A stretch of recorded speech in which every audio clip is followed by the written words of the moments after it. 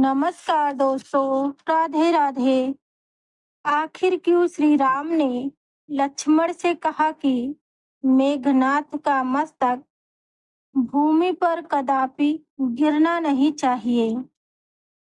श्री राम लक्ष्मण से कहते हैं, मेघनाथ का मस्तक अगर पृथ्वी पर गिर पड़ा तो हमारी समस्त सेना का नाश हो जाएगा। मेघनाथ बहुत ही प्रबल व शक्तिशाली योद्धा था।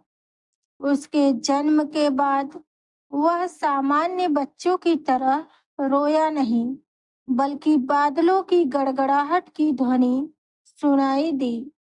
इस वजह से उसका नाम मेघनाथ रखा गया। उसके पास नागपाश रूपी ऐसा शस्त्र था जिससे वह अदृश्य होकर राम लक्ष्मण सहित संपूर्ण सेना पर बादलों के पीछे छुपकर वार करता था।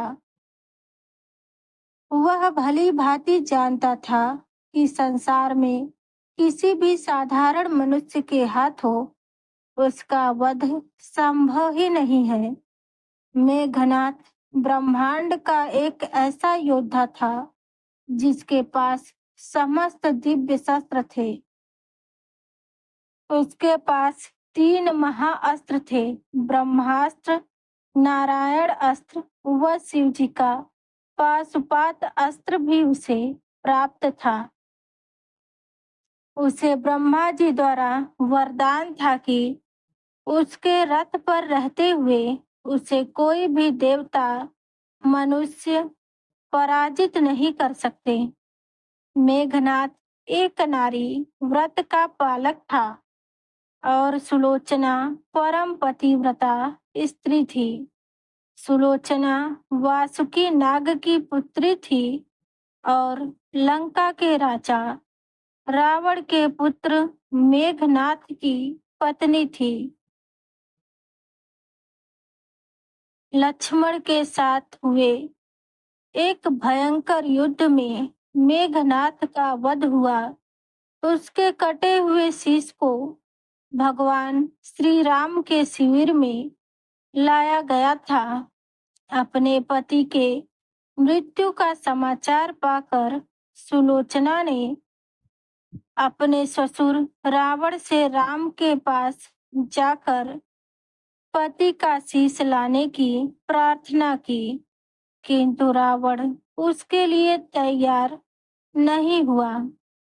उसने सुलोचना से कहा, वह स्वयं जाकर राम जी से मेघनाथ का शीश ले आए। क्योंकि राम पुरुषोत्तम है, इसलिए उसके पास जाने में तुम्हें कोई भी भय नहीं है। रावण के महापराक्रमी पुत्र मेघनाथ का वध करने की प्रतिज्ञा लेकर लक्ष्मण जिस समय युद्ध भूमि में जाने के लिए प्रस्तुत हुए, तब राम उनसे कहते हैं, तुम अपनी वीरता और रण कौशल से रावण पुत्र मेघनाथ का वध कर दोगे। इसमें मुझे कोई भी संदेह नहीं है, परंतु हे लक्ष्मण, एक बात का विशेष ध्यान रखना कि मेघनाथ का मस्तक भूमि पर कदापि नहीं गिरना चाहिए, क्योंकि मेघनाथ एक नारी व्रत पालक है और उसकी पत्नी परम पतिव्रता है। ऐसी साध्वी का पति का मस्तक अगर पृथ्वी पर गिर पड़ा तो हमारी सेना का विध्वंस हो जाएगा और हमें युद्ध में विजय की आशा त्याग देनी पड़ेगी। लक्ष्मण अपनी सेना लेकर चल पड़े। समर भूमि में उन्होंने वैसा ही किया।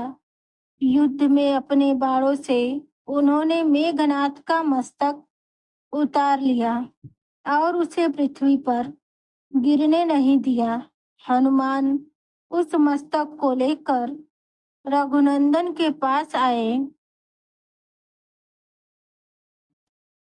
और मेघनाथ की दाहिनी भुजा आकाश में उड़ती हुई उसकी पत्नी सुलोचना के पास जाकर गिरी।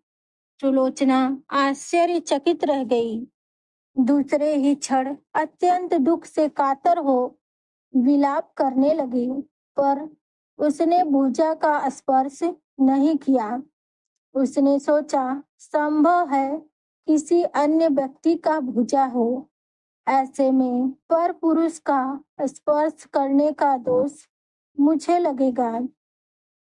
निर्णय करने के लिए उसने भुजा से कहा, यदि तू मेरे स्वामी की भुजा है तो मेरे पतिव्रत शक्ति से युद्ध का सारा वृत्तांत लिख दे।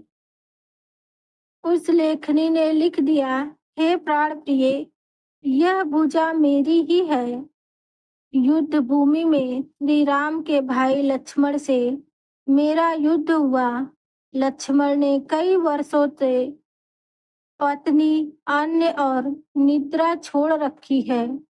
वे तेजस्वी तथा समस्त दैवी गुणों से संपन्न है। संग्राम में उनके साथ मेरी एक नहीं चली। अंत में उन्हीं के बाणों से विद्ध होने से मेरा प्राणांत हो गया। मेरा शीश श्री राम के पास है।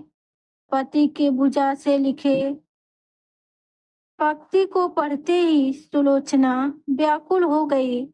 पुत्रवधू की विलाप सुनकर लंकापति रावण ने आकर कहा, शोक न कर पुत्री, प्रातः होते ही सहस्त्रों मस्तक मेरे बाणों से कटकर पृथ्वी पर गिर जाएंगे।